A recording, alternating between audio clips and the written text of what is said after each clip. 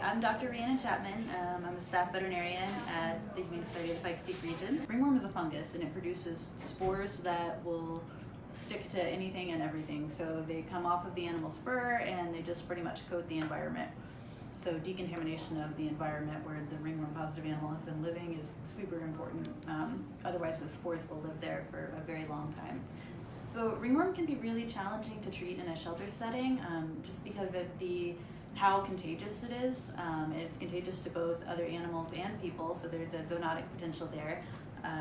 So you have to have a separate space to keep these animals and keep the ringworm contained in its own little isolation ward, and then anytime anybody enters that room, they have to suit up in a full, it's called a Tyvek suit. It's like a head to toe kind of protective layer over their clothes to limit transmission to other animals in the shelter or the person who's caring for the animal themselves.